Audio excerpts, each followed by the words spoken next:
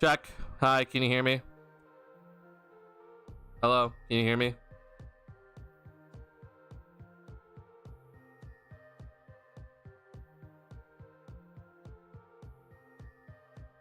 All right, thank you for telling me that. I switched scenes and I forgot that scene literally changed my mic, so I switched back and yeah, sorry, my bad. Thank you for telling me that.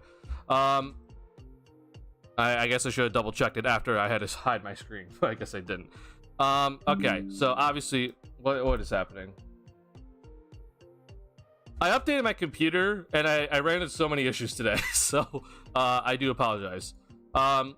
Okay, let me go back to what I was saying initially. You didn't miss much. Basically, all I was saying was that I think this Bulls team, like, everyone's going to talk about this Bulls team in terms of their defense was the reason why this Bulls team was the reason why the Bulls got back into this game. Okay, I just want you to look at the straight numbers. Okay, look at the numbers and look at, to me, which was the better defensive half.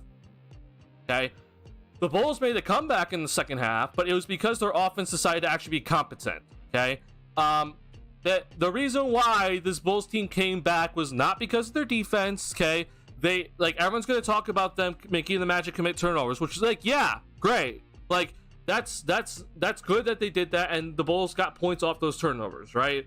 But I'm here to tell you right now that that's just a normality with this team. This team make sure that they make the opposing team commit turnovers, and then they get out in transition and convert points off those turnovers. Okay, that's not abnormal. That team does this every single time. Okay, that's a normality in every game that this Bulls team plays. Okay, the defense wasn't the reason why this Bulls team got back into the game. They had a worse defensive second half than in the first half. Okay, I mean, just look at the straight numbers, and the Magic weren't shooting well in the first half. Okay, like, it wasn't like the Magic were, like, looking amazing in the first half.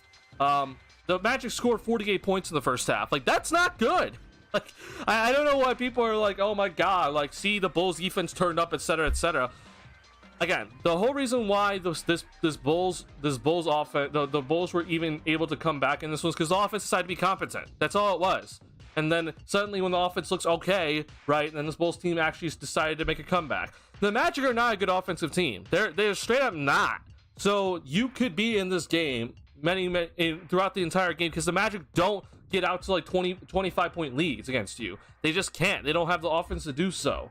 So it's just, before while I was unmuted, okay, I was making this point, like, I bash this person a ton. Like, I don't want to bash this person, and I keep like saying things about how much I don't like what they say, and I don't want to do this, but what Stacey King says in the broadcast, it truly just does not make any sense. Like, it truly does not make any sense of what he says. He's talking about how the Bulls decided to finally play defense in the second half, and that's the reason why they got back into this game. And I'm just like, Stacey, the Bulls were shooting basically 30% from the field in the first half. Like, are we just going to ignore that, hey, this offense is absolutely disgustingly bad, and the Magic only scored 48 points in the first half? They scored more points in the second half than they did in the first half, and all we're talking about is, wow, the Bulls defense got them back into this game. No, it didn't. The Bulls defense was actually pretty solid throughout this entire game. The offense just decided to be competent in the third and fourth quarters. That's all it was. And this is the reason why, like, I have, like, I don't have much hope when it comes to, like, Chicago sports fans, Chicago sports media, and especially the people that, like, are surrounding this Bulls team, because it always seems like, oh my god, wow, see, the defense is always everything. And I'm like, look, I'm not denying the defense is important, but what's also important is that you actually put the ball in the damn basket, and we didn't do that at all in the first half. Like, it just doesn't make any sense when I'm hearing from people talk about, like, even Will Perdue and Kendall Gill, you know, in the middle of everything. It's just, they don't say the things that I'm like, guys, like, isn't this pretty evident? The Magic scored 103 points tonight. Like, that's a good defensive effort. I don't care what y'all think. This is a good defensive effort. Okay, a team scoring 103 points in today's era, that's not good. Like, that is not good. So the Bulls defensively did their job. What they didn't do was they scored 97 points tonight. They didn't score offensively. I think that's pretty evident. Like, It's not rocket science. It's literally just what the score sheet says. Like, watch the damn game. The only reason why the Bulls were even in on this was that LaVine and DeRozan finally decided to like show up on the offensive end, but they couldn't get going in the first half because we were trying to spread the ball all around and no one could make a damn shot. Like, it's very clear what the problem is, and this entire team is so built on, you know, having good defenders and everything that they legit completely forgot about the offensive end. Sure, LaVine, DeRozan, Vucevic, they should be, you know, pretty solid offensive players, but they don't fit well together. And then on top of that, the role players don't really do much on the offensive end. So I don't know what people need to really be told, but if the offense is the problem, it's not the defense, okay? The defense is not the problem. The defense, the numbers aren't amazing, but they've been consistently going up. The offense has stayed literally in the bottom 5 part of the league this entire damn season. It has not changed, and it just got worse tonight. So I don't know why people need to even discuss this, but here we are, okay? Thank you all for saying that I was muted. I'm entirely embarrassed about that because I was trying to fix my bitrate problem, and then I guess when I switched scenes from trying to fix my bitrate problem, my mic changed. It went to this mic for whatever reason, and obviously this mic is not working on my headset right now. So thank you for telling me that. I started off saying this stream was basically deja vu. I think watching this game was deja vu. I honestly think it's Wednesday. Like it's Friday in my time, right? But it could honestly just be Wednesday. The Bulls scored 33 points in the first half on Wednesday. They scored 33 points in the first half tonight. LaVine, you know, made it a game in the second half. LaVine made a game in the second half today. Obviously, DeRozan's here, but DeRozan didn't make any damn difference in the first half. Like, it just was straight up like, wow, I'm watching Wednesday's game tonight again. It's just the same thing over and over again. Ugly game. You know, Magic don't score a lot of points. The Bulls don't score a lot of points. It's literally deja vu. It is straight up just deja vu with this team. And I cannot wait to go watch tomorrow when they face the Miami Heat and get absolutely wrecked. So this is all happening right now, and I can't believe how awful. Like, this team is looking like an NBA team right now. It's so terrible just to watch this team. Classic Bulls, yep, classic Bulls. Javon Carter played only 10 minutes. Does that make sense to anybody? Nope. Absolutely effing not. I don't know why Javon Carter's only played 10 minutes tonight. He's consistently only played 12 minutes or less in every single game so far this season, except for when Alex Caruso was out. Like, it doesn't make any sense. I'm aware that I think Io has played pretty well recently, but he did not play really well in this game, and I don't think Kobe played well in this game either. So I don't know why Billy ran Javon Carter out there for only 10 minutes, and I had a serious issue with one of the lineups he decided to throw out there in the first half, which was very similar to the same lineup that he threw out there in Wednesday's game in the first half, and that lineup didn't score. There was a second unit lineup that had Nikola Vucevic in it this time, and the lineup didn't score. Like, it just was literally deja vu tonight, and it's really frustrating. Stacey King's an old head, he really is. Real takes over fake debates. Are you new? Or no, you're B Talk Sports or SB Talk Sports. Okay, gotcha. So no, you're not new. So TheSlamDuncan in the chat. We need to trade DeMar now. I think this entire team needs to get traded. Okay. I've talked about, you know, how much I didn't want to rebuild because I mean, I think you could go look at Wednesday's game when Julian Phillips was on the floor. The Bulls didn't score a point for 5 minutes, so that's kind of the reason why I don't want to see a rebuild. But because LaVine is officially out, right, he doesn't want to be here, then I'm like, okay, yeah, we're full out rebuilding. Okay. And yeah, I'm ready for the rebuild. I'm actually ready for the rebuild. I think a lot of people are not going to be happy in come 2 seasons when the rebuild's going nowhere, but it's time. It's officially time, and I think everyone needs to get traded off this roster. The only person I'm probably keeping is probably Io and Julian Phillips, and other than that, I'm like, you can go. But yeah. Hello, P. Will. I turned the corner on Pat. Dude is unplayable. I'm not happy with him, bro. I'm straight up not. And it's just that it's so frustrating just to watch people. Like, look, here's the thing that I've been getting at so far a lot this season. Like, has LaVine underperformed? Sure. Okay. Has DeMar DeRozan underperformed? Yeah, he has. Yeah. So I think Nikola Vucevic has, like, I guess, been like the quote-unquote consistent player in a sense, but in his first 3 games of the season were god awful. He was nowhere to be found. Okay. And then obviously tonight was not very good by Vooch. Okay. Kobe White has been the definition of inconsistent. but yet we have people here that have not met expectations whatsoever. Okay, and one of them is Patrick Williams, and he's not even anywhere close to meeting expectations. Okay, and the problem is that his expectations are basically down the drain. That if he's not meeting those expectations, then what the hell is he gonna do? So this team right now is straight up just full of people not meeting expectations, right? LaVine, DeRozan, you know, they're not meeting expectations. Kobe, I don't think has met expectations as a starting point guard, right?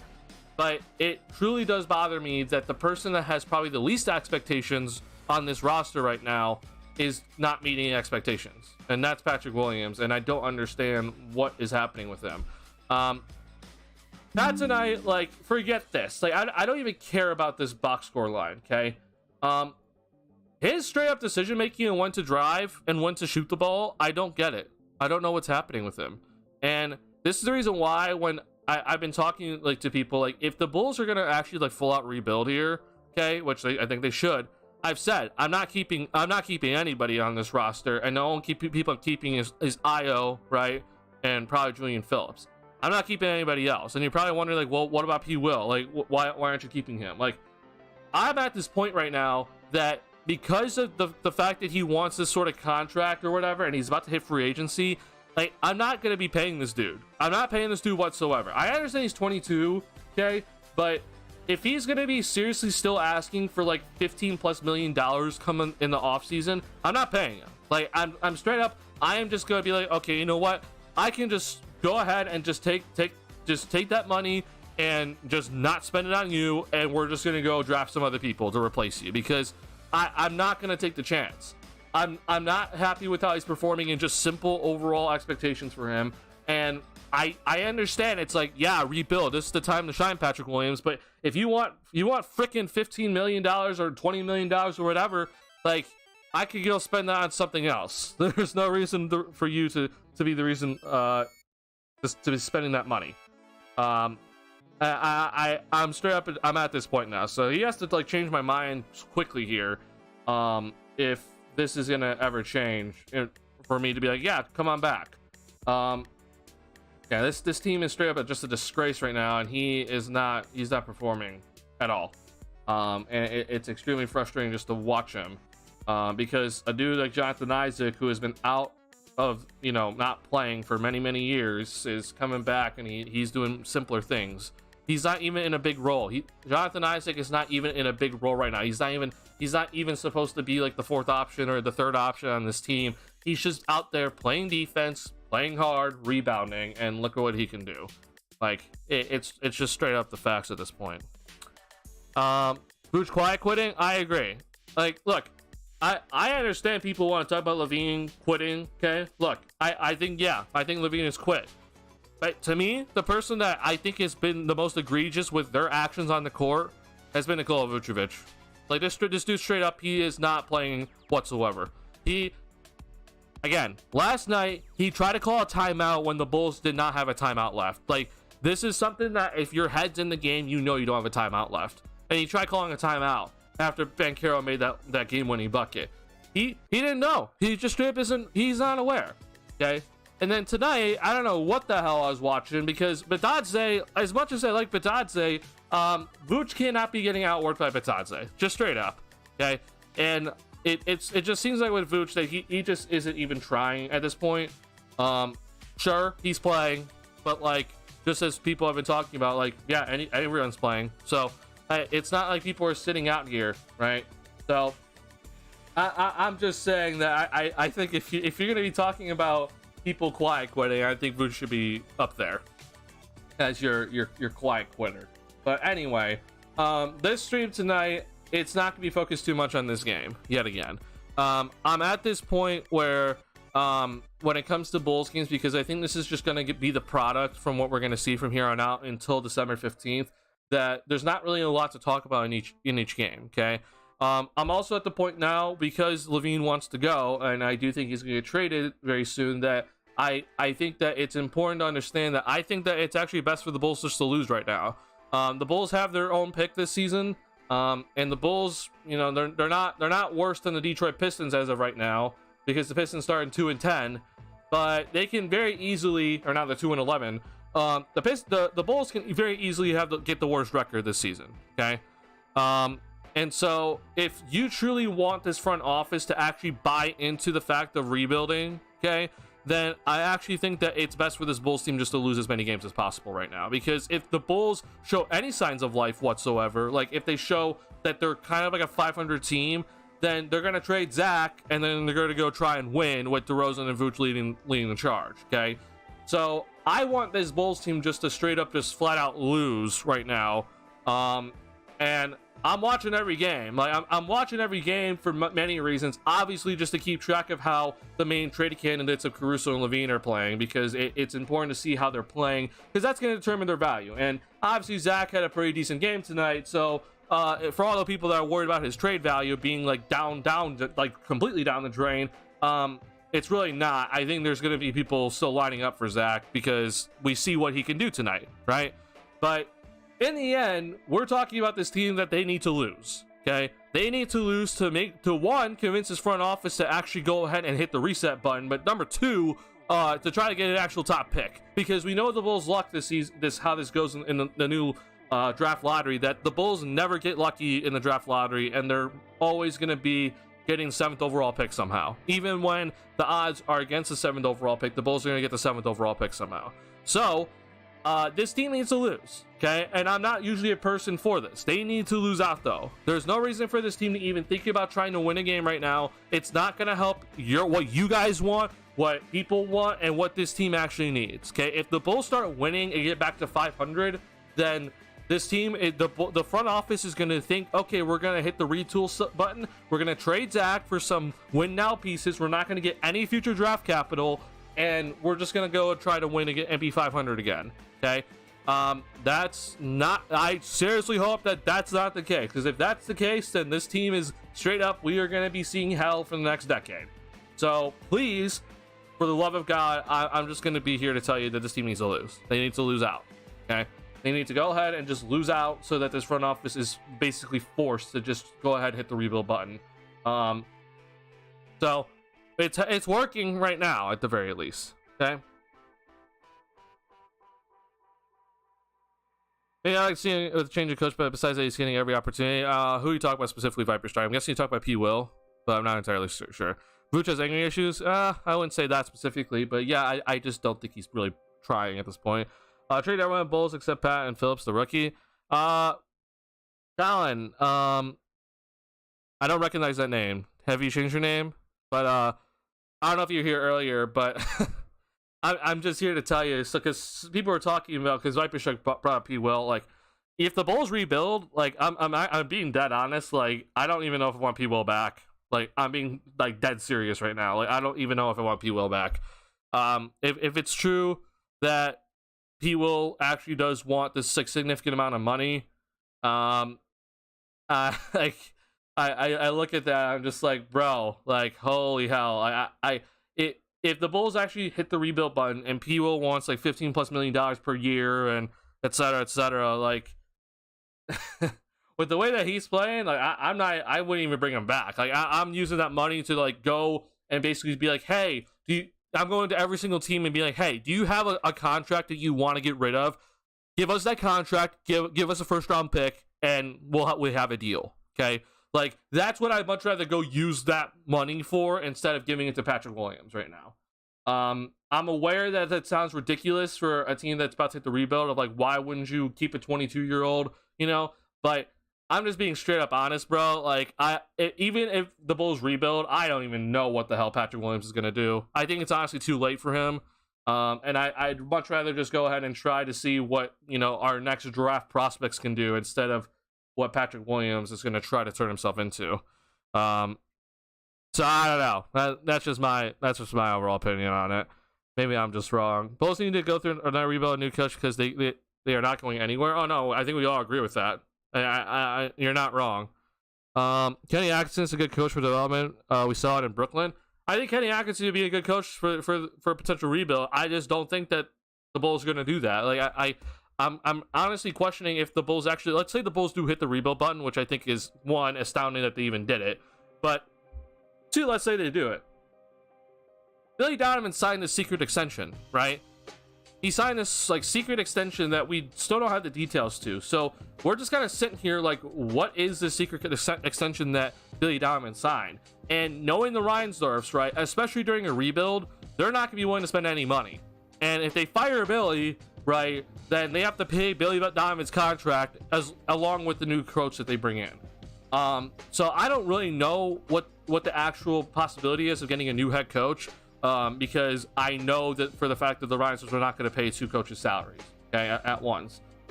It would be smart, in my opinion, to fire Billy if the Bulls do hit the rebuild button, but I honestly think that there's going to be some way, somehow, if Billy is somehow gone, it's going to be that he resigns, okay, so that the Reinsdorfs don't have to pay Billy's contract, and then they can go and get a new head coach.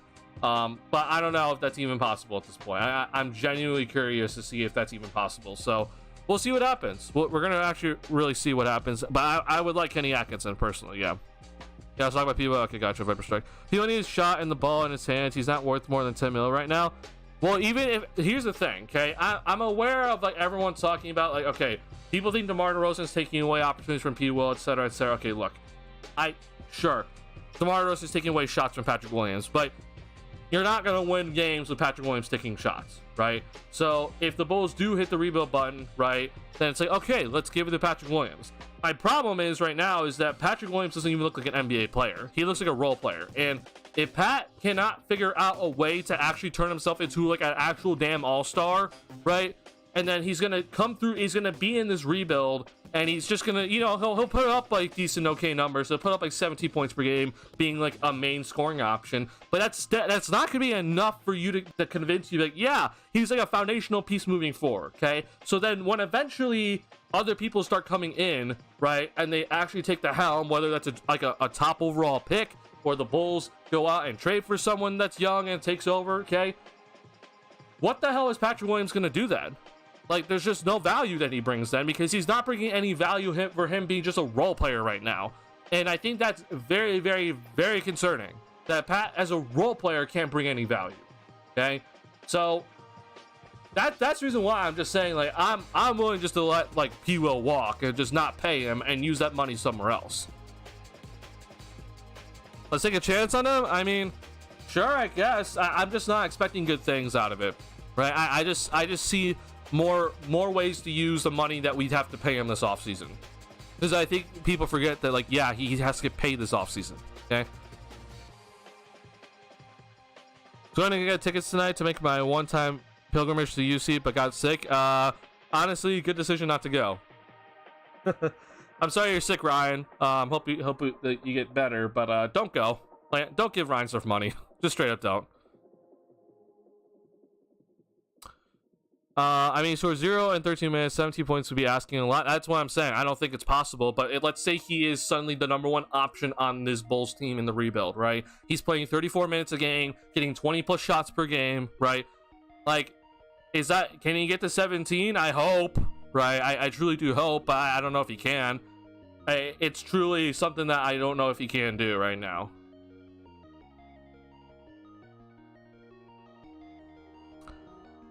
We somehow lucked into a high pick. I don't know if I trust the front office to make the right pick. Oh, I don't trust them either. But look, you kind of have to. If this front office is going to stick around, right?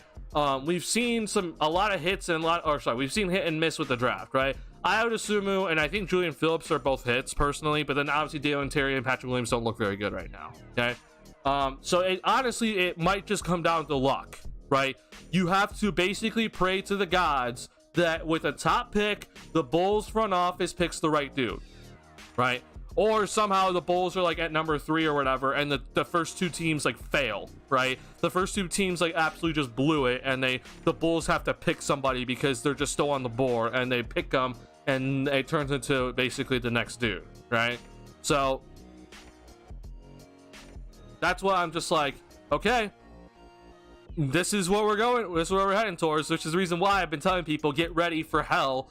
Like, whether it's the Bulls decide to actually just be like, they're gonna try to compete, which is stupid, right? Or they actually try to rebuild. I'm here to tell you, the rebuild's not gonna be a 3-year rebuild. It's gonna be like, at bare minimum, it's gonna be a 5-year rebuild, okay? Before you can even start thinking about the Bulls like actually starting to actually move forward, Okay, it's gonna be a while. Okay, and this isn't even about like the Bulls like development staff and everything, because that's also been in question.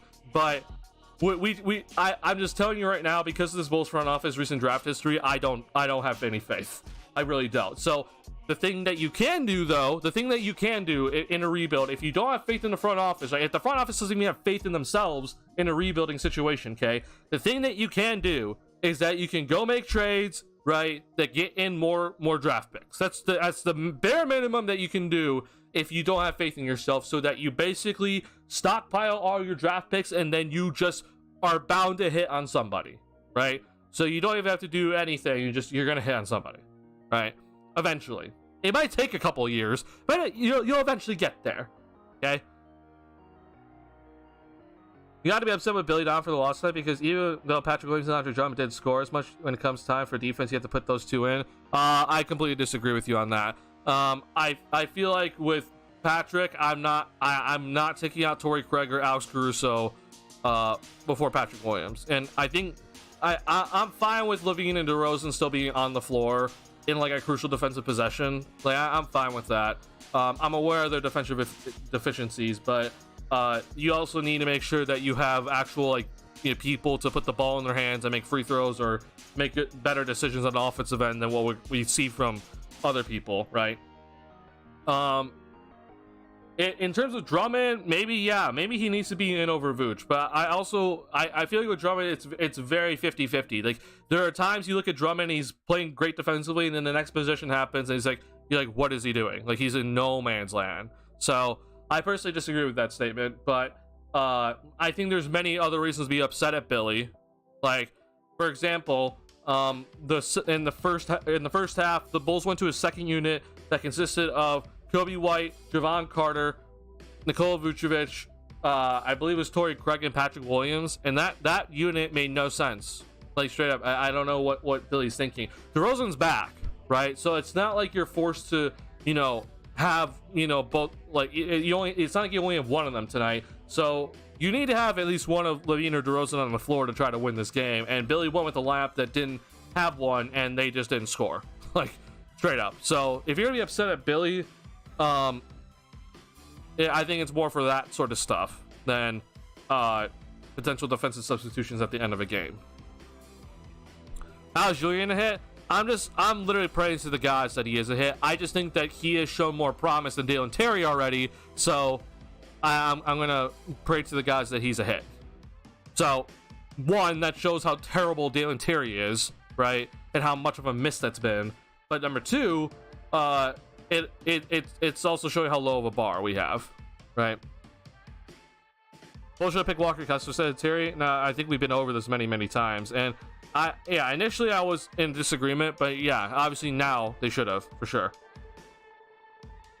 Really could be good. He's really athletic and a good shooting for him. Yeah.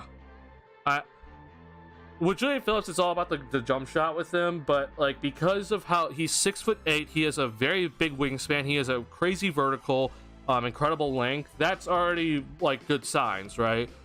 He looks very comfortable in all defensive sets. And obviously it comes down to the jump shot, because I think his finishing will get better as he gets older. I mean, he's only 19, right? And he can already get to the basket. Like that's something that like we've talked about a lot in this channel. It's like, one, can you get to the basket? And then when you get to the basket, can you finish? With Patrick Williams, right? I don't know if Patrick Williams can get to the basket, and then when he does get to the basket, I don't know if he can finish, right? That's how like I always kind of read things with people. Julian Phillips can get to the basket. He just hasn't finished yet, but I think that's going to change as he gets older. He's clearly, he's not as strong as he will be in a couple of years. So, yeah, I have faith in Julian Phillips, but I could obviously be wrong. And if I am wrong, it's a second-round pick. But the problem is that the front office with their first-round picks have not been very good whatsoever. Alex R is my choice for now. Is that a potential draft prospect? Because I have no idea what's happened in college scene. So if you're gonna come here and talk about potential draft prospects, I'm the wrong person to talk to about that. Jerry is just dollar to build 2.0 at this stage. Oh, 100% is. I guess save my cash for Blackhawks. Do that 100%. Go to the Blackhawks game. The part of the rebuild master plan making us suck harder. Honestly, I kind of made that comment, on Wednesday of like, is Billy trying to tank? And I actually wonder if he is, because there are some seriously bad decisions by Billy recently that I'm just like, maybe he's actually just trying to get this team just to flat out lose, and so the front office has to trade everybody and then they start tanking. Like, I don't know. Who knows, man?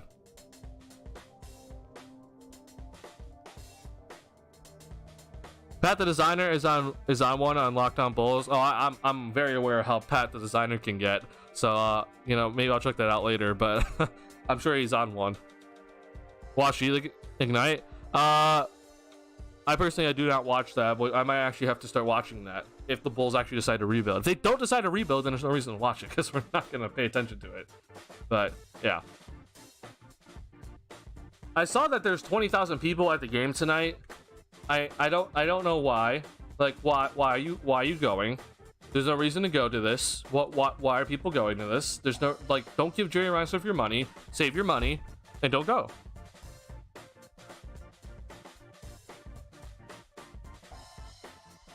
Do you think we'll win a chip in our lifetime? Can we have a decent rebuild with this front office and this owner?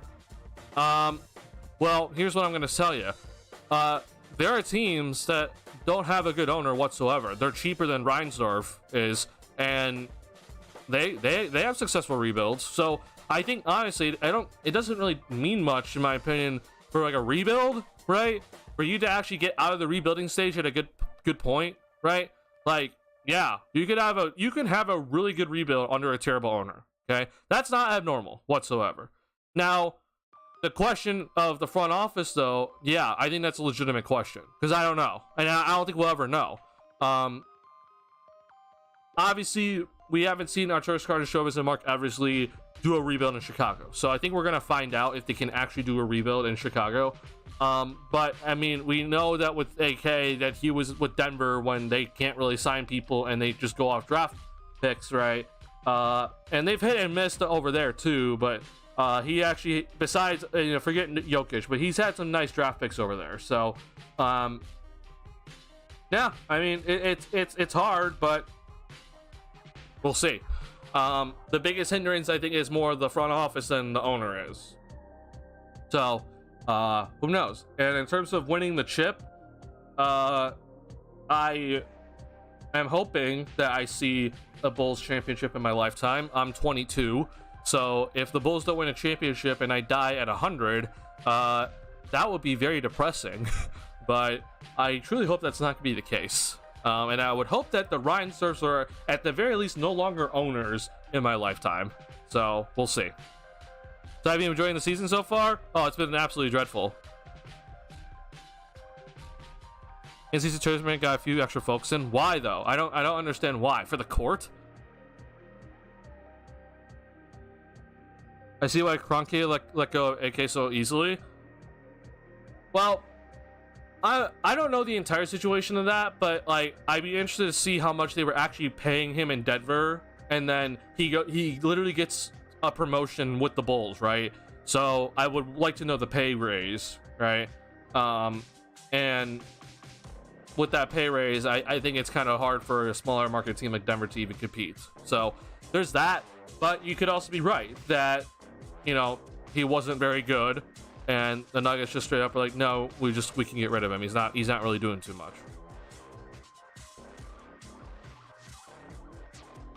I'm gonna go create a video. Keep it up, man. All right, good luck, Colin. All right, so here's the thing. Actually, hold on. So what time is it? It's 10:13. Sorry. If you hear potentially Discord noise, as you can see here, I am not. I'm trying to read the message here. Sorry. But the stream is not gonna be for very long. So first off, want to say, because even though that we're having hell on earth, right? I appreciate y'all being here. The plan is that I'm gonna be streaming for like another 20 minutes, okay? But I do have a thing after these next 20 minutes, which we're gonna spend on potentially finding trades for DeMar DeRozan, okay? But stream is gonna end in about 20-ish minutes, okay? As I have a Valorant thing I have to go attend, as I'm kind of like coaching people, and making game plans and everything. So I do have to go do that. But in these 20 minutes, though, for some nice overall content, because in the last stream, right, we talked about how all the Zach LaVine trades, right? Let's talk about potentially some DeMar DeRozan deals here as we end stream, and I'm seeing that I'm dropping frames, so give me 1 second.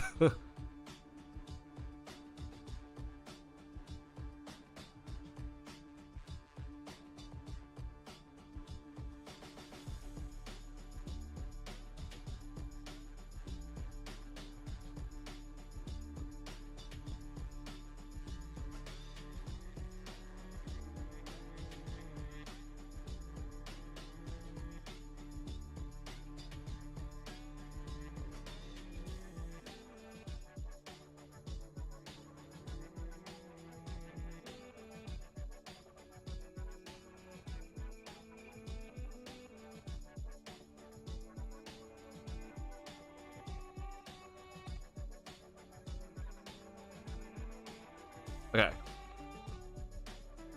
I should have stabilized. Nope, I didn't stabilize. My internet just went to crap again. Oh my god, bro.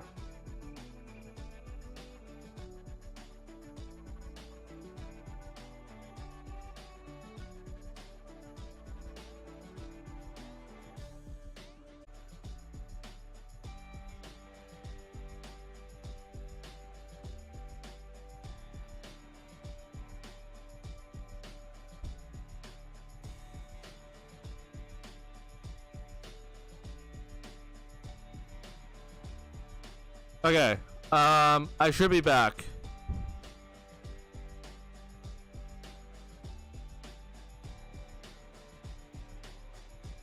Give me a thumbs up in chat if I'm back. I just switched over to my mobile hotspot because apparently that's quicker and the better internet.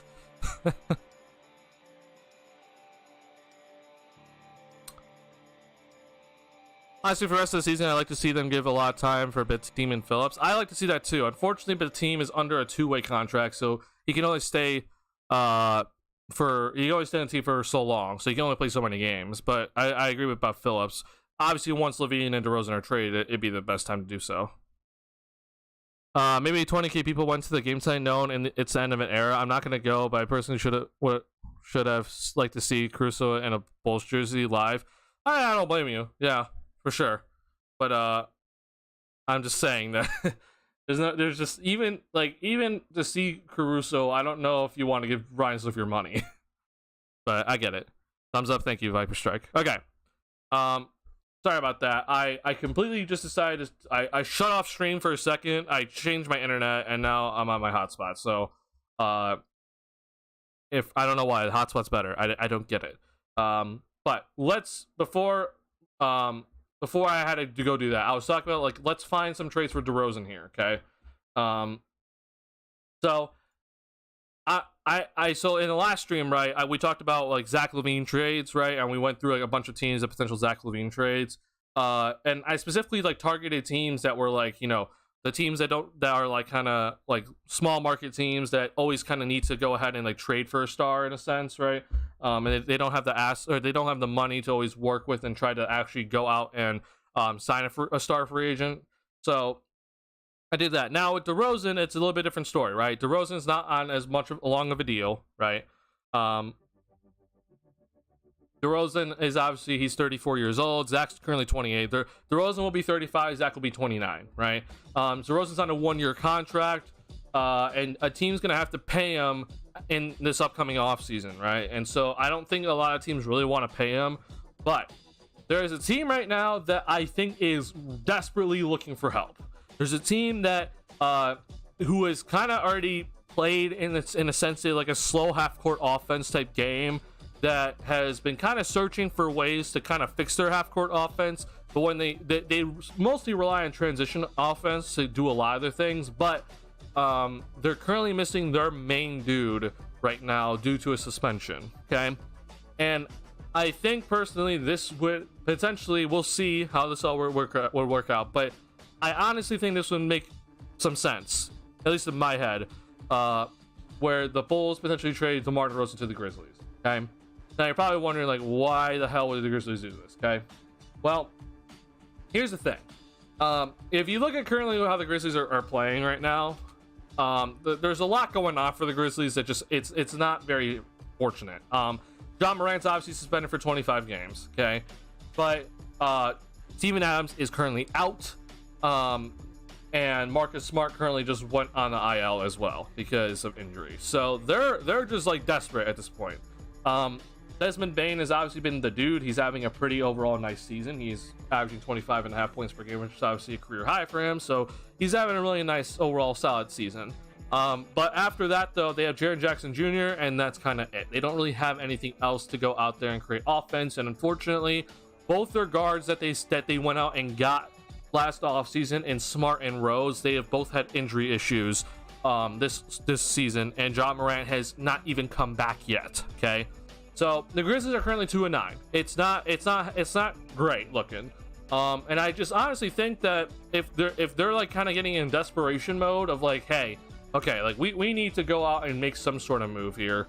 While yes, getting John Morant back will be nice, they might think to themselves like we still don't have enough here. So well, maybe they go out and make a move for DeMar DeRozan in a sense. If I'm not mistaken, I think Brandon Clark is not healthy. Yeah, so he's not currently healthy right now. But who would the Bulls be getting back in return, right? And there's a couple things that is kind of potentially going on in Memphis that's going to be interesting to look at. I think specifically Memphis. Okay, so this is their current like salary situation this current season, right? Next season though, things get interesting, okay? Because Desmond Bane gets a massive contract coming in, right? Same thing I think with like Ja, or no, sorry, no, Ja, sorry, I don't know. So Jaren Jackson and can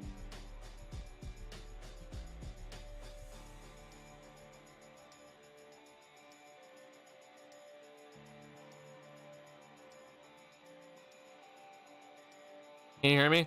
Sorry, my OBS disconnected again. I don't know why. Hold on.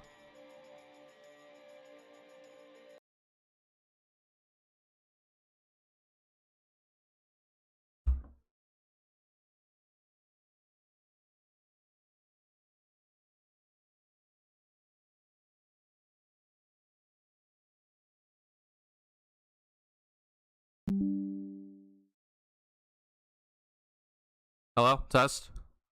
Okay. I'm sorry about my internet, bro. I don't know what's going on. Hey, I guess my hotspot isn't working either. Great. Awesome. Love it.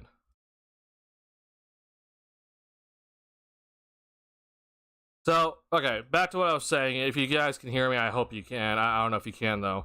It says my stream is stabilized, so I should be back. All right. Appreciate it.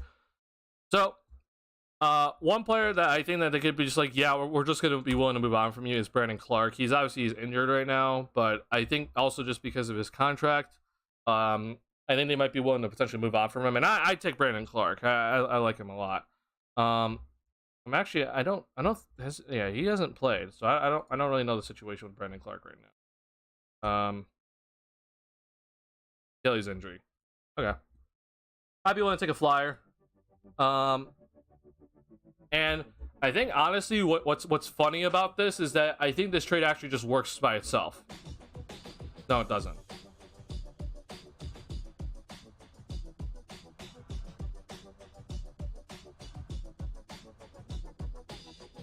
Never mind. Okay, I guess I cannot do that. Sorry, I thought the Grizzlies actually had some cap space, but I guess they don't. Okay, so to make up for it, that actually puts things in a bind here. Has Luke Kennard been playing? I think he has.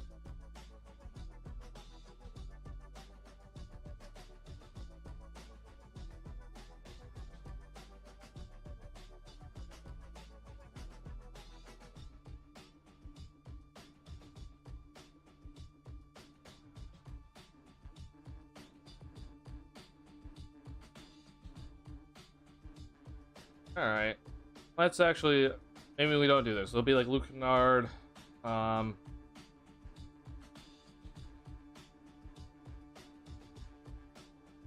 I'd be very shocked if they'd be willing to give up both Luke Kennard and Brandon Clark. I think money wise this would work. Yes. If this actually happens, I'd be pretty shocked. I honestly don't think this would actually happen.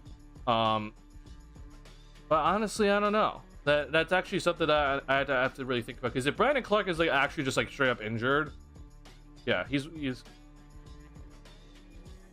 has a torn Achilles, so he's not gonna be back for a while. So if they just think that Brandon Clark is like flat out just like he's not really coming back, and they just give up Kennard for DeRozan basically, like maybe. I think the problem is the money, because if I just only have one of these guys, it's very difficult to kind of match up salaries here. And I don't want to be like taking away like a bunch of their players, right? Because I think Zaire Williams has actually had like a decent role with them. Like Aldama plays for them, right? So it's a little bit difficult, but I think honestly this would be something they might be interested in doing. I want to double check this actually, because I see this number right here. So how far? That's luxury tax. No, okay, so they're over the salary cap then. Okay, never mind then. So yeah, they're gonna have to do something like this. So maybe this actually happens. The Bulls will not get anything in terms of draft capital, honestly. I think, like, I don't know, what, maybe this pick, and they don't even have any second round picks, and I don't think DeMar nets you a first, so it'll be something like this, honestly. It's not fantastic though, unfortunately. What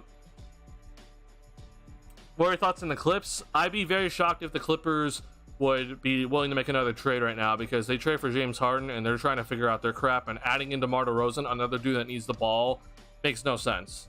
There's no reason for the Clips to even be thinking about trading with the Bulls right now. Even Zach, in my opinion, doesn't help them for many reasons. From the Grizzlies trades, I've seen those two are usually the trade pieces. Makes sense because of their contract. I feel like I'm actually like I'm ruining the Grizzlies with this sort of deal, because these are two players that have multi-year contracts that I'm trading for DeRozan, and then the Grizzlies have to go out and re-sign DeRozan. So maybe this isn't actually possible, but that's kind of like this was like my initial idea that I had. I guess I didn't think it through though. So yeah, that's idea number one, at least in my head. The second idea I had is obviously the Lakers. The Lakers, of course, are going to be in talks about this whole thing. So DeRozan to the Lakers, it's going to be like when we talk about potentially like a Zach LaVine trade to the Lakers, it doesn't make any sense in my opinion. But when we're talking about DeMar DeRozan trade to the Lakers, I think it makes a lot of sense, because the Bulls they're not going to get much of anything for DeRozan, at least in my opinion, anyway. So if something like this happens, right, and I think this is the trade I had for like Vucevic too, like I wouldn't be upset with it. I know money wise it didn't work, but yeah, this still doesn't work. But it'd be something like along the lines of these. Okay, I don't know if they'd be willing to trade D'Angelo Russell, but that would help things a lot. So like if I trade DeMar DeRozan for, let's say, D'Angelo Russell,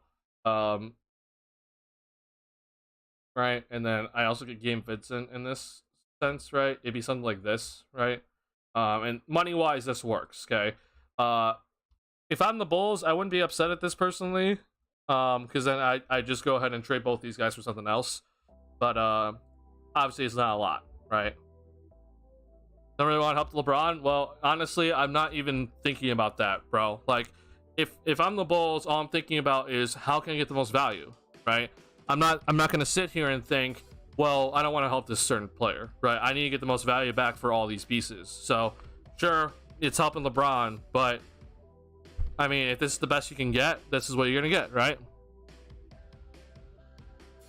Stars looking on trade with 27 mil, guaranteed disappearing act come playoffs and expiring contract cherry on top. Well, I mean, I wouldn't say any contract is untradeable. I've seen contracts that I thought were very untradeable that, you know, were traded. That's the reason why I'm saying I honestly think the Grizzlies is like a pretty decent bet. Like I would think that the Grizzlies might actually do this sort of deal, but who knows? After that, though, that's where I talk about Lakers. Obviously, I really don't know. I truly do not know where the hell DeMar DeRozan is going to go, because like he's not going to the 76ers or the Heat. It makes no sense. I don't think the Knicks want him. The Cavaliers, they have not just been healthy, so that doesn't make any sense. Go back to Toronto, maybe. Like I could actually maybe see that being a possibility, because they actually want Zach, right? Or at least they could potentially want Zach, right? So you trade DeRozan back to Toronto because they need buckets, right? They can't score the damn ball for what it's worth. So something along the lines of like something like this. Yeah, this like something like this would be the trade, right? So, but honestly though, I mean, to Box's credit, I also think that DeRozan's not very valuable whatsoever. And I honestly think that we're like, that's the reason why when people have talked about this, like I don't think DeRozan really has much value, okay? But what the Bulls need to go out and do is that they need to go out and get guys so they can just go ahead and flip, potentially getting some seconds out of it or whatever. Because like, you know, I make this deal up of like, okay, we trade Otto Porter and we'll get Gary Trent, and you know, Gary Trent's all right. I like Gary Trent, and so you get Gary Trent out of this, right? Now with Porter, he has to me no value, so you ship him off, right? Maybe with Gary Trent, you can keep him around, but I'd honestly just be thinking about like trading him for like 2 seconds or something, because then that's how you get value back for DeRozan. Other than that, though, you know, it's not gonna be a lot. Sounds perfect for the Hornets. What do you mean? You think that they want DeMar DeRozan after a 3-8 start? So people have brought this up to me about Charlotte. They think that Charlotte could want Zach, and then they think that Charlotte could want DeRozan. And it's not just you, Salty Solution. Like, I've had people talk to me about this. So the obvious trade that people are talking about for Zach is you take on Gordon Hayward's contract, and then like we'll take on like Cody Martin or something, and then because we're obviously Gordon Hayward's not very valuable, right? So you basically just give us picks, right? Like this is the deal for Zach, okay? As you can see here, this works, okay? But I don't know why the Hornets would do this. Like I really don't know why. Now when it comes to DeRozan, I also don't know why the Hornets would really do this. I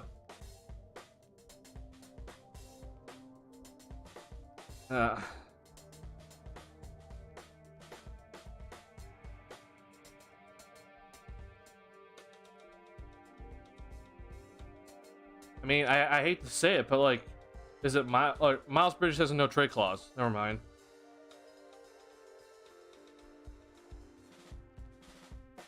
I guess it's the same deal. Like it's this for this, and then the Hornets just they give up like a second or something. But like I don't know. I feel like it's the same.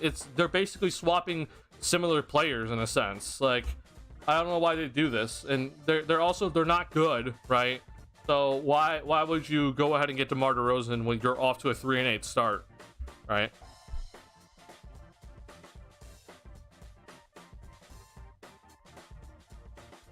I mean, is them trying to look competitive? But is that what the Hornets are actually trying to do, though? I actually feel like the Hornets are like trying to flat out like rebuild. Like they got Brandon Miller, and they're gonna, you know, hopefully have LaMelo get healthy, and then they're gonna go ahead and get another draft pick, right? Or did they even have their draft pick this season?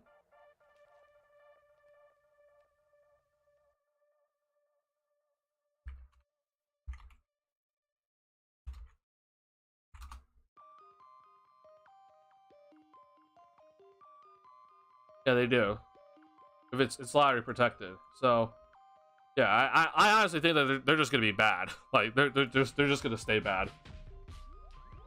Remember, Michael Jordan's no longer the owner of the Hornets, so he's not like trying to make them be like an 8 seed, right? He's not there, so he's gone. So I feel like that they're gonna like flat out rebuild.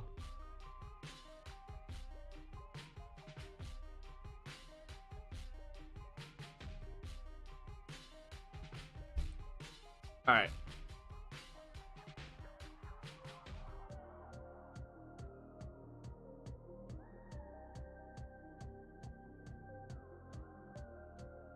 So obviously, I talked about the Phoenix Suns last season because they weren't healthy, right?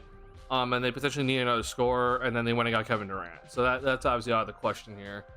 I honestly don't know who else. Like, to me, there's not really anybody else that be like, at least it pops out in my head that they're willing to trade for DeMar DeRozan.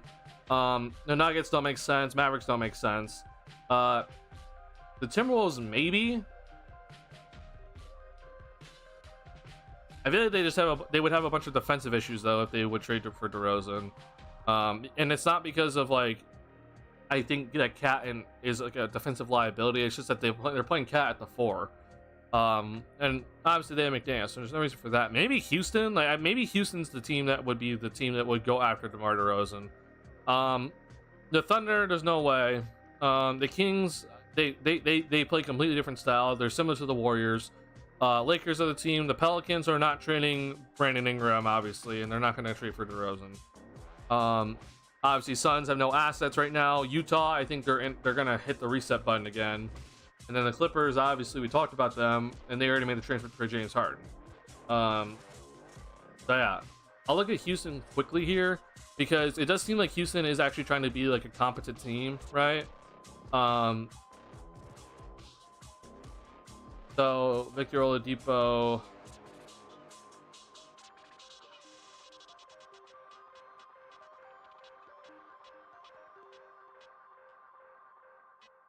I mean, this doesn't even work. Oh no, okay, money wise this works, but like this is it. Like we get Jason Tate out of it, you know.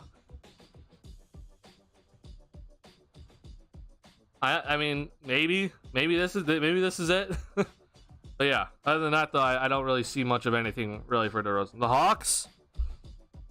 Okay, maybe you're right about the Hawks.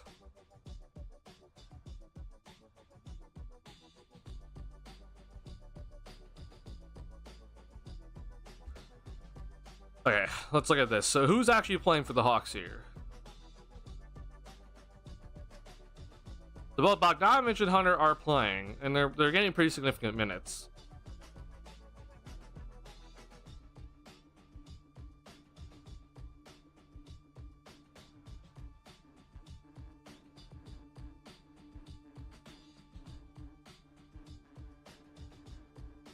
I find this difficult, honestly. Like I don't really see a way.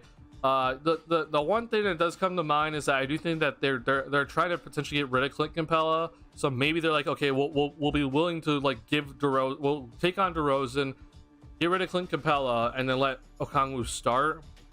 I think that they would want Drummond back also in that sort of deal. And then the Bulls would get like Patty Mills and I don't know. Like, does this work? So this works. So maybe this is the deal? I don't know. What do you think, Box? Like, do you think this is realistic?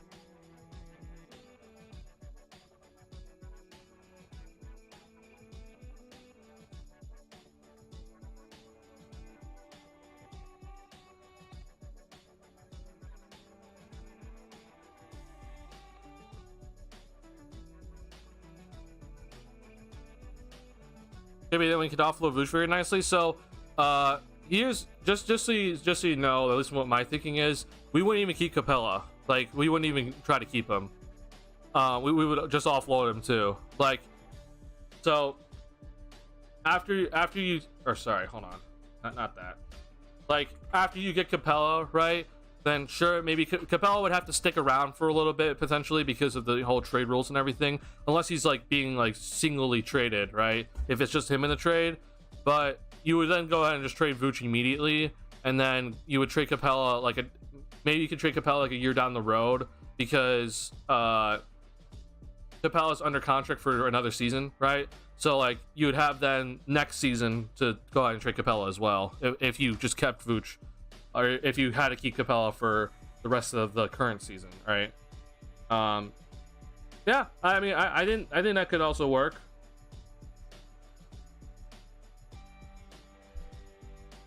It would have to, like, here's the thing though, and Atlanta's not off to that great of a start either. They're at 500, right?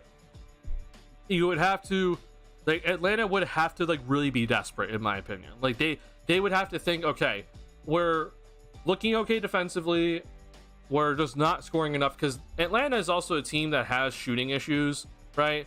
like even with Trae Young on the roster, they've had years with Trae Young where they don't shoot the ball well enough, and then obviously DeRozan doesn't help in that sort of category in terms of 3-point shooting, but then they just don't score enough points in general. But this season, I mean, they're looking pretty good this season, so I don't know. Again, like I said, they'd have to be pretty desperate, right? And they're probably looking for a team that's more, or a player that's more defensive oriented than obviously DeRozan. But I could potentially see it because they want to offload Capella's contract anyway, and they want Okongwu to maybe start. So who knows? All right.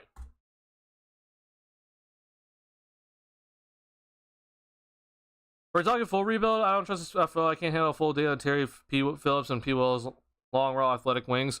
Well, yeah, box. I mean, I am talking full rebuild because Zach's not going to be part of this team in the future. So I'm talking full rebuild. Yeah. Just got here. How you doing, Lob Mob? Deja vu, right? I mean, it's basically what exactly happened on Wednesday. It's happening today. Don't forget about Marco. Oh my God, Marco, bro.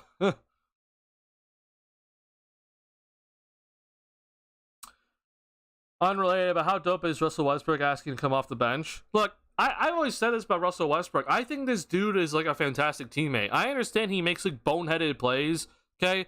But I think he's a fantastic teammate, and he understands where he is currently at, right? He's not, you know, the prime Russell Westbrook of old, right? So I think it's really cool of him to do such a thing.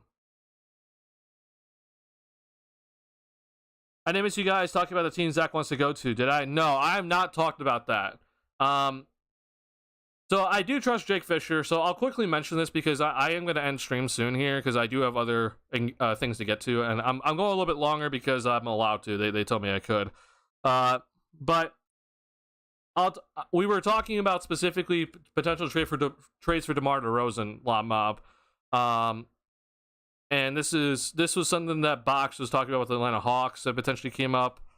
I just kind of formulated this idea on the fly of like this deal specifically. The team that I think could potentially actually trade for DeRozan is Memphis because they're off to such a terrible start and they might get desperate, right? And I don't really know how it works out, but this is like the main thing, right? And like it would just be this deal. So who knows, right?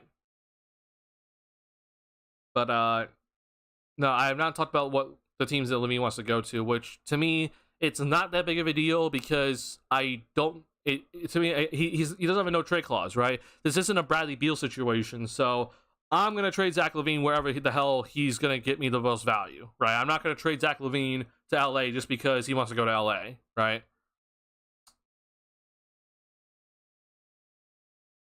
They put him there, Scottie Pippen in the first half. Oh yeah. There's no Jokic going to land on Carson lap his second round during a Taco Bell commercial. They can pack their things while holding hands with Billy and get the fuck out of Chicago. I'm with you. I'm 1000% with you, Box. But we know that's not going to happen. So what would you rather have? This is the reason why. Because like I said, if Zach's going to stay here, right? I'm all for a retool because I think that you have Levine and you can potentially recoup some assets and then keep moving forward. Well, Zach wants out. So, okay, Zach wants out of here. That means to me now, it's like, if I had to choose between this front office trying to win with DeMar DeRozan and Nikola Vucevic leading the helm, right, or this front office having to rebuild, even though we don't trust the rebuild, right, but they could potentially just miraculously land on someone that actually ends up being good, I'm going to choose the latter. Because I don't want to go through DeMar DeRozan and Nikola Vucevic leading this team for the next 3 years. Well, they clearly can't get to like 37 wins or anything. Those want to go for a rebuild? Nope. If you, I know that people are just coming in right now that haven't watched the whole stream, but this is the reason why I'm saying that I want the Bulls to lose out right now. Because if this Bulls team is flat out disgustingly bad, then this front office won't have a choice. Like they will have to hit the rebuild button. Like they legitimately will not have a choice about this. Allegedly, Zach wants to go to San Antonio or Sacramento. So, yes, I'm aware of this.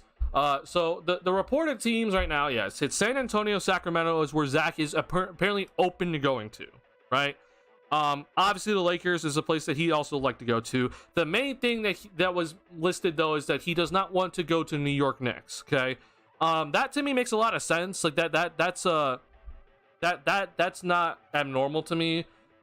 It seems like Leon Rose, who is in charge of the Knicks right now, does not have the greatest relationship with Clutch clients, so that makes a lot of sense. Also, why the hell would the Knicks trade for Zach right now? I know we've talked about potentially a Levine trade with the Knicks before, but I have problems with what the Bulls would get back, right? And I also just don't know what the Knicks would be thinking. So the idea, at least for me, is that I don't really want RJ Barrett. Like, if I'm gonna get back anything, I want it quickly, and I want it Grimes. I wanted these two players specifically for the Bulls to get back in a Levine trade. Add in Evan Fournier, right, to make sure that the contracts match up, and then, you know, fill out the rest. I don't know how it works out, but let's see here. So no, this still doesn't work. Okay, just add in Dylan Windler or whatever. Okay, it still actually doesn't work.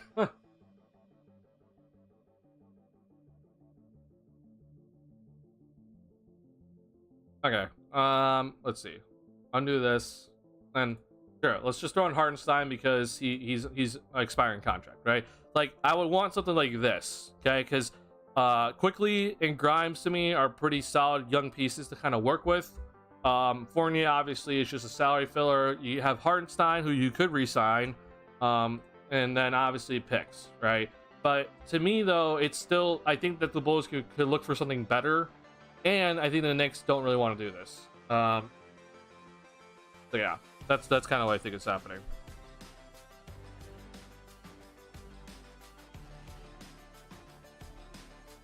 Yeah, let's be honest. We'll trade Zach wherever Clutch wants him to be. I don't know about that specifically.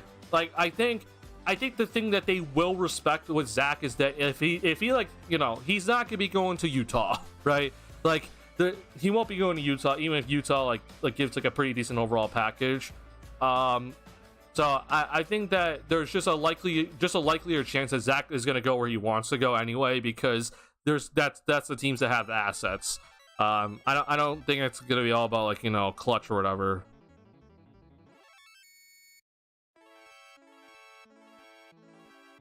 UCB getting emptier and emptier. I mean, they had 20,000 tonight, though, which I found that shocking that there was 20,000 people tonight.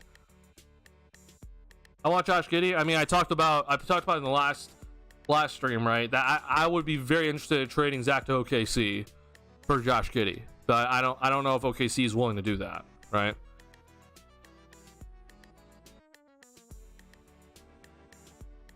I said we were bad enough in 2025 to have a chance of getting Cooper Flag, or even maybe even draft Boozer's sons. Again, Salty Solutions, if you're to come in here and talk to me about draft prospects, I'm not very aware. I am aware of Cooper Flag, though.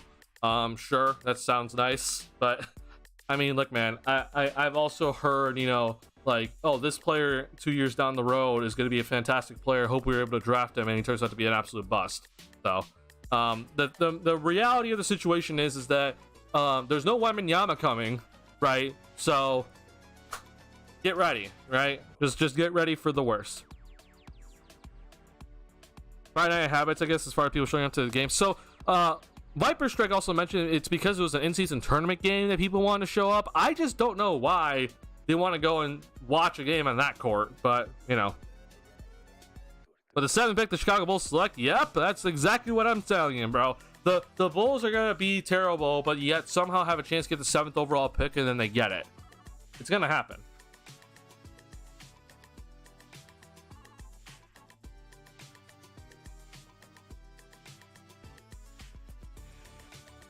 Watching other games lately, I've been seeing the empty parts of the arena. You're right.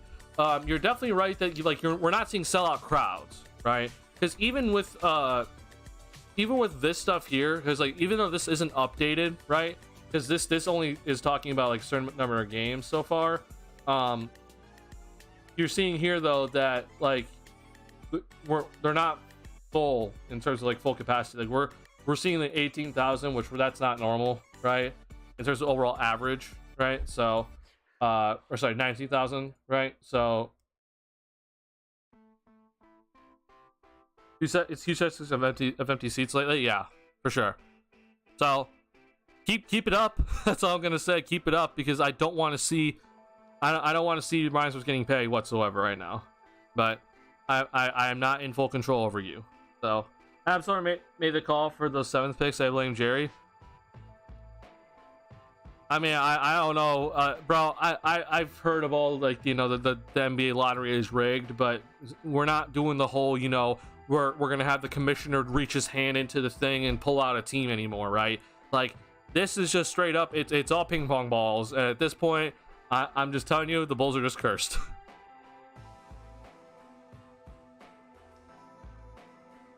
Well, David Stern's alive. You can make it happen. A lucky 1% chance to land another. yeah. If David Stern was alive, you could have literally a 1% chance and get it. Just like Cleveland did so many years in a row. If you know that I know who's been going to games, they say it looks worse than on TV. Oh, I'm sure it does. But I'm sure it looks worse on TV because obviously, you know, the TV only shows the areas where it's filled. But also just look at the numbers, right?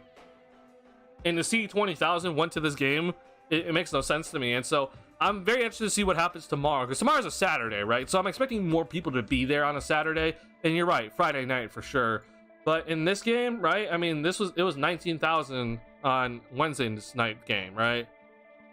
When there's like a major like superstar coming to the game, right? Like, I'm sure it's gonna be a packed house when the San Antonio Spurs come to Chicago, even if the Bulls like full out traded everybody at that point, right? But I'm very shocked to see though that like if they're coming to watch the Orlando Magic play the Bulls, like that just doesn't seem very enticing in general. But then add on top of the fact that, you know, the Bulls obviously suck, like I'm just shocked to see this number of people still going. Red car on TV is seriously vomit-inducing. It legit makes me feel dizzy. I have to say, so and initially when I saw the pictures, I was like, hey, this is pretty cool. After watching 2 games of it now, I don't like it. I think that because my main issue actually is that when they put like the, you know, the sponsors, like, you know, like the hologram sponsors that are only show up on the camera on the floor, it makes things look so weird and fuzzy. And I truly do not like how it looks. And obviously Caruso had a slip tonight, so I do question how good quality it is with those things. But yeah, it doesn't look too great. All right, before I go ahead and end stream though, I went a little bit longer than I wanted to, but any other ideas for a potential DeRozan deal that you want me to kind of go through before I hit end stream?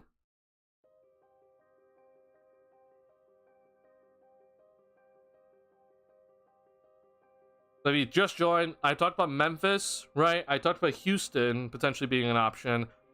People brought up the Clippers. I don't see how the Clippers do such a thing. Again, they just got James Harden, so they have other things to worry about. And Box brought up Atlanta, so talked about that. Pacers. Give them to the EuroLeague. I'll look into the Pacers. I think the Pacers would want Zach more than DeRozan personally, because I think Zach fits right into their system. But if you're trading DeMar DeRozan to the Pacers, you're not getting Benedict Mathurin, and that's the reason why I'm like, if I'm trading Zach LaVine to the Pacers, I think I could get Benedict Mathurin. The Buddy Hield, Daniel Tice. I think this honestly would work. Yeah, and so with that, I think then Pacers throw in like a 2024 second or whatever. I guess there's protections on that pick, so I think this would be it. Personally, I think this would be the one. More to Warriors. I don't see him going to the Warriors either. I think if the Warriors are interested in somebody, they're interested in Zach. I'll do the Warriors just because, just to show you how much I think that the Warriors just don't have anything to trade. Like, because if you're trading DeMar DeRozan to the Warriors, they're 100% not getting rid of Klay Thompson. And if you're trading Zach LaVine to the Warriors, I think there's like a 99% chance they're not getting rid of Klay Thompson, right? So, DeRozan to the Warriors, I just don't see how this is possible. You're not getting Wiggins, you're not getting Green. You you're not getting Looney, and I don't think you're gonna get GP the second. So I don't know how the money works straight up. Like, there's just no way in my head the money works out unless you're trading for Chris Paul, right? So this would be the deal. Which to me, I think the Warriors would much rather just take Chris Paul than having DeMar DeRozan.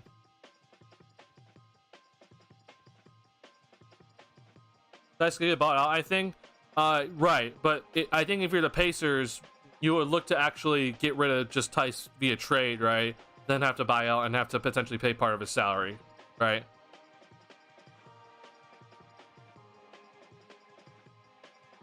The Tice trade we traded for all and let him go for agency. That Tice? Yes, that Tice. Yes. And obviously we're going to be rebuilding, so we're going to let him go again. I see so many Warriors fans wanting Zach. I mean, I don't blame them. Like, so I saw a very interesting tweet today. Okay, I'm not gonna say who it was, but it is a Bulls content creator decided to tweet this out. They said that why the hell would the Warriors take on Zach LaVine? The Warriors always play with high IQ players, and they've never had players that had low IQ have success on their roster. Look at D'Angelo Russell, James Wiseman. And I forgot who the third player was as examples. And I'm just like, I'm sorry. Did Jordan Poole not win a championship with the Golden State Warriors? Like, did that not happen? Like, are we just forgetting that Jordan Poole, when Klay Thompson was out, was averaging 18 points per game for them and played actually like a very significant part of their team in the championship run? Like, are we just forgetting that existed? So if you're going to talk about Zach LaVine being a poor IQ player, okay, fine. I don't care if you think that. But to tell me then that poor IQ players do not fit on the Golden State Warriors when Jordan Poole won a championship with them, like, I don't know what to tell you, bro. Zach LaVine, bad IQ or not, he would fit in amazingly with that Warrior squad. Like, he would be fantastic with them. And I wouldn't be shocked if he's like suddenly like taking like 12 threes a game over there.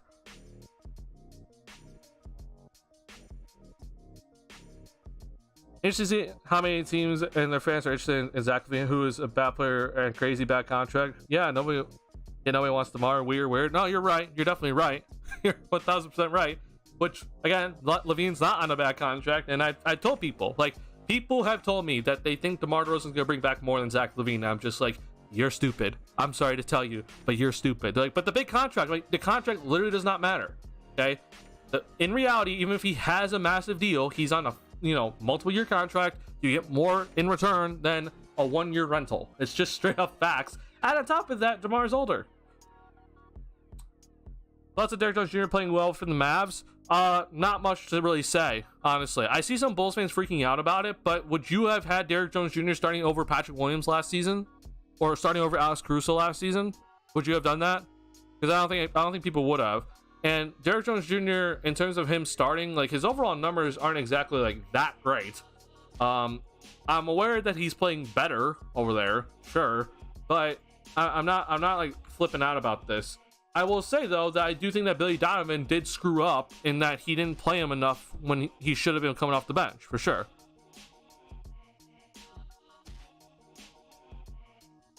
But in the end, I don't understand with Bulls fans how it's like, or sorry, I agree that Billy Donovan should have been playing him more, because there were times when Billy just straight up did not play Derrick Jones Jr. I don't know why. But when Bulls fans are saying like he should have started, I'm like, are you sure that you were the one saying that Derrick Jones Jr. should be starting over Patrick Williams or Alex Caruso at the time he was on this Bulls squad?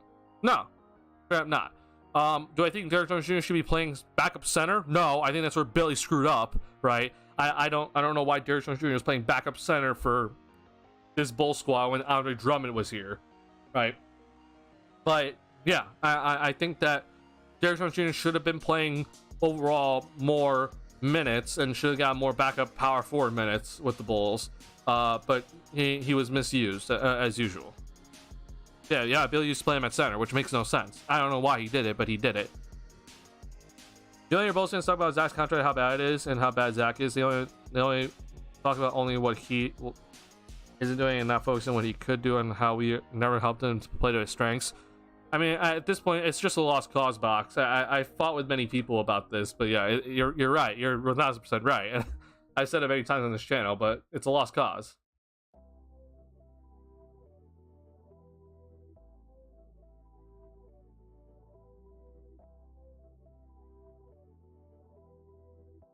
I see now. Okay, this is interesting.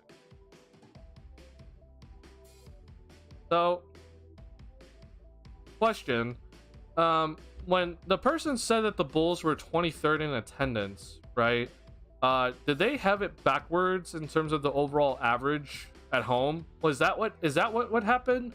Or am I just missing something? Because I still don't know who had the report that the Bulls were 23rd in attendance. But I see them, if I hit this where it's, you know, lowest to highest, right? The Bulls are 24th in attendance. So did they have it backwards, or am I just flipping?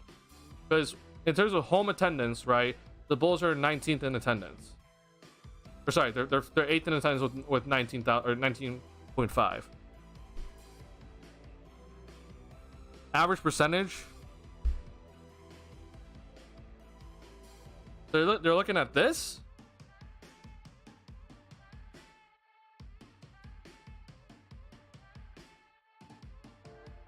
What? Why would this matter though?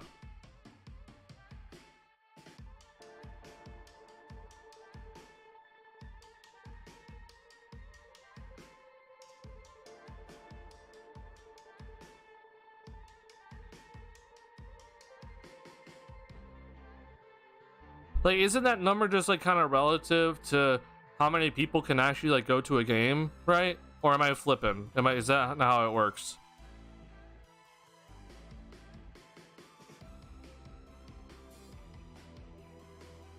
Yep, okay. Yeah, I don't know then. Because in the end, I'm still seeing that the Bulls, in terms of overall average, like, they've had 19.5 on average. Like, that's still higher than what I want to see. I want to see this number go down to, like, the 17,000s.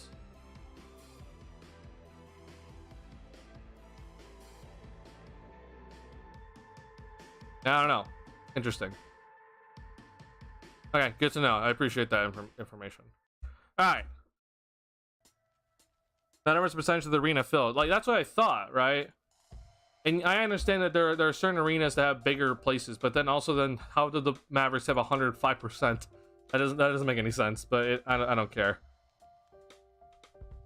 Okay. All right.